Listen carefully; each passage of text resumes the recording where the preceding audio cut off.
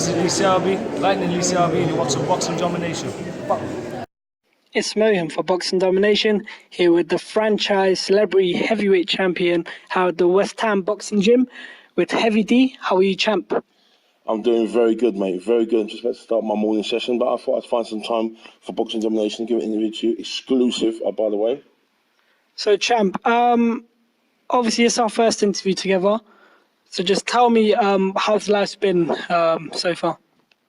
Well, I mean, like, everything's going really well. I'm doing stand-up comedy right now. Doing Shoreditch every Wednesday. Come down there at the Lighthouse Bar. I'm there. Boxing-wise, I won the celebrity heavyweight franchise champion. I won this title in February at the Priestfield Stadium against a guy called Carl Froch. And I've just been living my best life. Champ, I know you got a podcast going on. It's the Double D podcast. That's with right. Heavy D and Probies from the Pep Talk. No, Dean Whyte, Big D. Oh, Dean Whyte, yeah. So just tell me, how's that going? Yeah. Well, this is the thing. We started this podcast with Dean Whyte's brother, with Pep Talk UK. It's going very well. It's like, you know what it is. We are the podcast that asks the questions that everyone else is afraid to ask. Because I've noticed that with certain YouTube channels, they'll either sit on the fence or they're pro one or another. Whereas we're totally independent, so we can ask these questions. We can ask these questions that are going to be detrimental. We can ask these questions that are like raw questions that no one's scared to ask, because everyone's got an agenda in the boxing game. You know, everyone's siding with someone, and we just kind of keep it as raw and as you can call it controversial. We just call it, real, keeping it real. Yeah. All the way. And that's the thing, right? Yeah. If you check out the podcast, you'll find questions that you're like, wow, did he really ask that? Or did he really say that? Controversial, yeah. We got the most controversial guests on there, and we don't encourage them. We just let them loose. We ask the question, sit back and let them loose, right? Yeah. And it's fireworks all the way, and it's been going really well. We've had 5 episodes so far. We've had Prince Patel. Talking about his beef with Kugan Cassius. We've had Expressions, big Tottenham fan, Arsenal, Tottenham. That was crazy as well, controversial as well. And we had O'Hara Davis, which was mental as well. O'Hara Davis was talking about his relationship with Eddie Hearn. So you just got to check it out, guys. Okay, so right here I can see there's a title which is the celebrity franchise heavyweight title. So tell me a bit about it. When did you win it? What's it been like carrying that title around Emirates? Just around everywhere you go, really. Well, just the belt is right. We had a hashtag called Believe in the Belt. While the games were playing at Arsenal, I was bringing the belt. I brought it once, and then everyone's asked me where the belt was, and I just kept bringing it because people wanted the belt. People want to take pictures with the belt. They like the belt, and I believe this. I believe that. You know what? It took a lot of hard work to get this. A lot of hard work, a lot of painstaking hours in the gym. And I believe that, you know what? If you've got something you're proud of it, show it.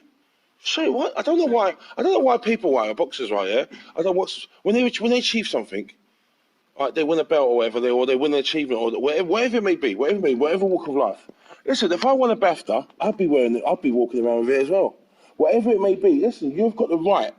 You've got the right. If someone doesn't feel that they've got something in them that says, oh, he's a show-off, he's arrogant, that's their business, not mine. If they've got a problem with me, with this belt, then that's their problem. Just their problem. Do you know what I mean? Just because they don't want to do it like this, let people live. Live and let live. That's what I say. Let people live their lives. Let them live their lives, right? Yeah. If they want to show off their belt, if it makes them happy, let them wear the belt and makes them happy. The fact of the matter is, right? Yeah, it takes a lot of hard work to get one of these. You hear stories about world champions that they win a belt and they lock it away in the attic. That's not me. That is definitely not me. That would not be me. I mean, I would be wearing, same like what I'm doing now, wear the belt. Believe in the belt, praise the belt, and do you know what? As I said, like, if you call it, some people call it show off, some people call it proud. It was a thin line between a show off and proud. A very thin line, And as I say, I don't care about what people think. I do what makes me happy, and I'm not harming anyone. And if they've got a problem with it, that's their problem. So right now I'm going to be covering something which I wanted to really talk about. Was I saw this Twitter thing going on between you and Carl Froch's brother, Lee Froch. Yes. I don't know who called the shots. I don't know who called who out first. But you're interested in a fight with Lee Froch, right? Right. Let me tell you something, all right? Yeah. Let me tell you something. Yeah, sorry. Yeah? I've got a proposed fight with this guy called Ransom Bants. He's a Man United fan. He's big on the football fan scene. Now we've got a proposed fight in December, and I'm man of my word. You know, I'm man of my word. If they were going to fight, we're going to fight.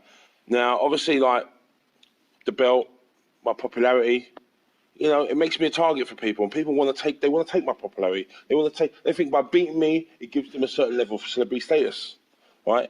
Maybe being Carl Froch's brother is not enough for Lee. Maybe he wants the title of beat the one who beats Heavy D, you know, and the first person who beats Heavy D for this title. And obviously, if you want that shot, it's going to cost you. And the thing about it is, right, I got a text from, well, I don't want to say it was a third party who passed the message to me if I was interested in the fight. And it says, is it a yes or is it a no? Now, boxers are a very, very complicated thing, right? Yeah, it's not a case of yes or no, right? Yeah, there's so much different things. Initially, you can say yes, but the thing about it is, first and foremost, right? Yeah, the money's got to be right. Money's got to be right, baby. Money talks and bullshit can run a marathon, right? Yeah, and I'm telling you, right? Yeah, money always comes first, right? Yeah, I don't care. Don't listen. These charity boxing events, I just don't believe in it. I'd rather just be honest from the start. Say, listen, right? We're going to sell tickets. We give a percentage to charity, but at the end of the day, it's like, yeah, you know, we've all got to eat, and I eat good. I eat well, yeah. I eat very well, as you can see. You know what I mean? I didn't get this from osmosis. I eat very well, yeah. So I know it's just everything, right? Yeah, it's everything. If you want me to put my reputation, my status, Your life as well. my life, my health. You know what I mean? My sacrifice of all the hours in the gym, all of that. It's a very dangerous and brutal sport. Let me tell you something, right? I don't care whatever level you're at. And this is the thing, right? People say, well, it's unlicensed boxing. It's not licensed. Let me tell you something back in the day, right? Back in the day, right? Unlicensed boxing, they earn more. The Roy Shaws and the Lennon McKays, they earn more than the boxers. But it's on a different guise now.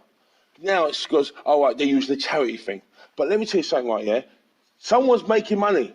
On this charity things, right, yeah? Someone's making money. It's not the people that it's supposed to be going to. It passes through so many hands. The people it's supposed to be meant for, right? They don't get the money. Everyone's taking their cut. And that's why I don't do no charity boxing events. Right? I try to be honest. I'd rather be honest from the start, right, yeah? They are the most dodgiest, scammiest people on earth. They're snakes. Lizards. They are absolute. I mean, there's a word for them. The word for them in Jamaica, they're called John Crows. They're vultures. Vultures, yeah? And I'll try to be honest. You know what I mean? If Lee Froch wants serious about wants to fight me, wants to take my shot, wants to take my popularity, wants to get some sort of celebrity status off the back of me, that's going to cost you, sunshine. It's going to cost you a pretty penny. Let me tell you something. So I'm not going to give that up. Let me tell you something, right? I understand that boxing is not a 50-50 business. I understand that. Yeah? And this guy's very good. He's very good. But listen to me. I will still fight the guy. I'll still fight that. Do you know why? Because fight's a fight, man. You know what I mean? In the days. And you know, in the days, he's challenged me. You know what I mean? And if he could bring something to the table, we get it on. But I'm telling you, it's not a case of yes or no, black or white. Terms have to be agreed. Yeah? Yeah, I said I've got to put a lot on offer. More on offer than him. I've got a lot more to lose than him. All right? So cash talks. Get a good offer, financially on the table, and then we'll talk. You get me? All right. Let's just get off my list. It's true though. You know what? People say, oh, is your fight yes or no? It's not a case of that. It's not a case of that. It's not as easy as that. Because it's not really a street fight, it's a boxing match, it's a business, isn't it? It's a boxing match. It's a boxing match. And let me tell you something right here. If it was a street fight, obviously, it could have been like a yes or no, but again, there should be some sort of money on the line. Let me tell you something right here. A boxing match takes months of preparation. Right, yeah? You people need to get hired. People need to, all this sort of stuff. They all get paid. In boxing, everybody gets paid. Everybody gets paid. I will never say to somebody, oh, look at that boxer earn that amount of money. Oh, I'm jealous. Oh, he doesn't deserve it. He doesn't deserve that money. He doesn't deserve, these trolls. He don't deserve that. He don't deserve that money. Every boxer that gets into that bloody ring deserves to get paid as much as possible. Because this is a brutal sport, mate. People lose their lives in this ring. People get brain damage, mate. People end up playing the sport with nothing, mate. With nothing. Not paid to their name. All right? And I just hate these people. They don't understand. Unless they've actually lived a life or actually been in the ring, and then see there's so much corruption and exploitation in this sport. It makes me sick, mate. And I would never say so, oh, here's a bit of money. So what? He deserved it. He trained for that fight, got in the ring. More than any of you would have done. All right? It takes bollocks to get into this ring, it takes bollocks. And I would not begrudge anyone who gets paid. All right? So do not ever say to somebody, you don't deserve to get paid. How dare you? How fucking dare you? Also, seriously, they make my pod, bro. Do you know what I mean? Everyone deserves, listen. Do you know what I mean? Listen, it doesn't matter if you're licensed or unlicensed, whatever, it doesn't matter. As I say, back in the days, the Roy Shaws and the Lennon McLeans, they were getting paid, right, yeah? They're getting paid, and the fact of the matter is, because, you know what I mean, like, it doesn't, the only thing that messed it up now is going to put out this white collar, and all this charity starting getting involved. And when there's money, there's corruption. Whenever there's money, there's corruption, right, yeah? In any walk of life. You get a big bundle of money, they're making money, there's going to be corruption there somewhere. Yeah. People are greedy by nature. Some people just like to be greedy, and it's just human nature. And I mean, they take things that isn't theirs, or they don't deserve to be theirs. Yeah, because obviously you've got a massive point with all the boxers should be making money, because once those boxers retire, they don't want to go back to their daily 8-hour job, 9-to-5 jobs, do they? Like, there's an example I'm going to name, because you brought it up, called Varnis Martiozin. He's fought for a world title against Gennady Golovkin, and he was paid, I think, I'm not sure how much he was paid, so I'm just going to say what I've heard. I've heard he fought for around 60 or 70 grand. Signed by Don Charles. People said it was going to be fun signing for Don Charles, but now that he's signed by Don Charles, he hasn't really been paid. He's 36 now, and he's having to sell all these belts that he won, the WBC silver title, WBO intercontinental titles. So all these titles, I think he could go around 7-8 titles in his career, which he's having to sell because he's struggling with money. So you do have a massive point with the boxers having to make money. But talking about the Lee Froch fight, obviously you're a celebrity. You went to Storage Hunters, you went to a few other shows, you've got your own podcast going on, Arsenal Fan TV. Yeah. Lee Froch is the brother of a boxing legend, Carl Froch, who fought in front of 80,000 at Wembley against George Groves. Yeah. So in your eyes, who would you say is the A side, you or Lee Froch? Come on, that's a no-brainer. Listen, they come to me. They came to me, right? They came to me. I didn't go to them. They came to me. All right? I didn't go look for a fight with them. They came to me. Do you know why? Because they know. They know I'm a big scalp. A big scalp for anyone coming up in the white collar game, right? I've got a list so long from here to John O'Groats, right, of white collar boxers that want to fight me. Why do you think they want to fight me? They want this belt, they want the prestige, and they want to be able to be the first person to say, I'll beat every day. So we've come with that, yeah? It's endless notoriety and infamy or fame, whichever way you want to look at it, infamous or famous, whichever way you look at it. But they know that. They know that in the white collar celebrity and boxing terms, I am like the Mayweather. I'm like the Mayweather. That's a big, massive scalp. Why? This belt is synonymous with white collar boxing now. It's the most famous thing out there for white collar right now. Forget about your KSIs and your Paul Logans, mate. Forget about them, mate. They ain't got no charisma. They got no personality, mate. They got no personality, mate. Yeah. You know what I mean? I've got charisma, mate. I mean, I'm funny to some people. They're not funny, mate. They're not funny. They've got a lot of subscribers. I'm not hating. Good luck to them. Good luck to them. But at the end of the day, they haven't got this. They ain't got this, baby. They haven't got this. And this makes me a target. This makes me a target. You know what I mean? You know what it is? When you're big personality, when you're big character, right? It makes you when you don't give a fuck what people think, excuse my French. You know what it is? It makes you a target. You know what I mean? And that's the fact of the matter is. But, you know, if they want to fight, man, you better get some paper together. Get some paper, yeah? Paper. And I'm talking about the Sun or the Daily Mirror, mate. I'm talking about some paper. Get your paper right, and then we'll talk. You want my popularity? You want my reputation? You want my title? You want my status? That's going to cost you, right? Simple. And I'm not talking defeatist, because I swear to God, I'm not talking defeatist. I did a warm-up fight first, right? Yeah, let's get this right. Yeah, you just fought. I haven't fought since February. Let's get it right, right? And just because your brother's a legend doesn't make you a legend, right? You're a man, 2 arms, 2 legs, right? You got a 6-pack, whatever. You can knock people over. Doesn't matter, mate. In the heavyweight boxing game, it takes 1 punch. When I have my warm-up fight with Sebastian, I'm not overlooking him. Then I'll be getting sharp ready. Because all there's a fight. Then I'll fight. Then we fight. But as I say, money talks, right? Yeah. And don't come with this charity bullshit. I've had that before with Chaz and Will Talk. All that stuff. It's all a load of bollocks, right? Yeah. It's all an excuse to scam money, right? I'm not interested in. I'm not a charity scammer. Let's keep it real. Let's keep it straight down the line, straight down the middle. Here's how it goes. 50-50 split. Give a percent to charity. Bam. Or whatever you want to do it. Sounds good. Simple from the start, so people know what the score is. But it's a charity boxing fight, and then you don't tell people how much money you're giving to charity in the end of it, and you're skimming money. I don't like that. I don't want to get involved in none of that bollocks. Keep it real, man. Keep it real. Keep it straight. And these Froch guys, they seem like they'll probably get some proper promotion, MTK Global and all that. I'm sure they want to get involved. Make it proper. Get it streamed. Get it all nice. Get it all thing, this thing, whatever. And I've got a position. We can get Dean Whyte and Shane Fury on the undercard. I'll make it a double. That's a fight. Make that a double main event. Shane Fury, Dean Whyte, me versus Lee Froch's brother, right? To call it the Battle of the Famous Brothers. The Battle of the Famous Boxing Brothers. There you go, look, you know what I mean? I'm like, yeah, look.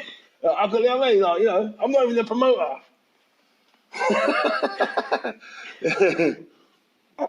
Obviously, if that fight was to happen with Shane Fury and Dean Whyte. Yeah, and I swear to God, if that is to happen, it should be on the same bill. It should be on the same bill. And it could be around about the same time. Dean Whyte is fucking game for that fight. He is game as fuck. I spoke to him about it. He is so up for that fight. I'm telling you, mate. He's up for that fight. So you know what? So that's it, right? Yeah. The ball is in their court, right? Listen, mate. Listen, if we had that both, that we could, mate. I'm telling you, we could put that on Sky Sports, mate. We could put that on Sky Sports pay-per-view. I'm not even joking, mate. Or any of them channels, but they would buy that. They'll love that. Wrap it up, mate. They'll love that, mate. They'll love it.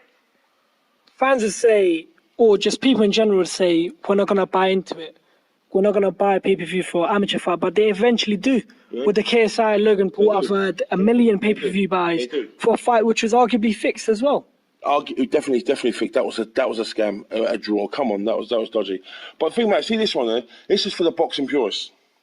This will be for the boxing purists. The people who in the know about boxing, yeah, will love this up, right? Yeah? They will lap it up.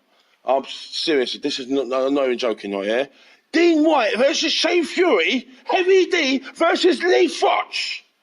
Come on, mate. Listen, mate. I'm getting excited at the sound of that. That's exciting, mate. That's exciting. That gets me motivated. Hearing something like that. That's the double main event. That's exciting. That's exciting. Any of them shows up and down the country. I'm telling you, I'd get more excited about this than like, you know, a world championship fight. This is proper big. This is proper the real deal stuff, mate. Yeah. And I'll tell you, it will capture the imagination of people, right? Yeah, and it'll be a seller. And all you wankers talk about charity, that. I'm not doing that for charity. Because charity, I don't trust charities. Unless it goes to the money themselves. If I'm doing it for charity, yeah, I'll take the money and give it to the people themselves. If I'm doing it for homeless people, I'll go directly and give it to the people themselves. I'm not going to go through charity people's hands because I don't trust charities. It's the biggest scam, right, yeah? I don't trust them, right, yeah?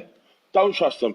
You ask anyone else who would be interested in that, they won't be doing that shit either. I'll hand it over to some fat cat who's on 300 grand a year and let him take care of it. Nah, mate. The reason why they were billionaires, all these CEOs of charities, they're billionaires for a reason, mate.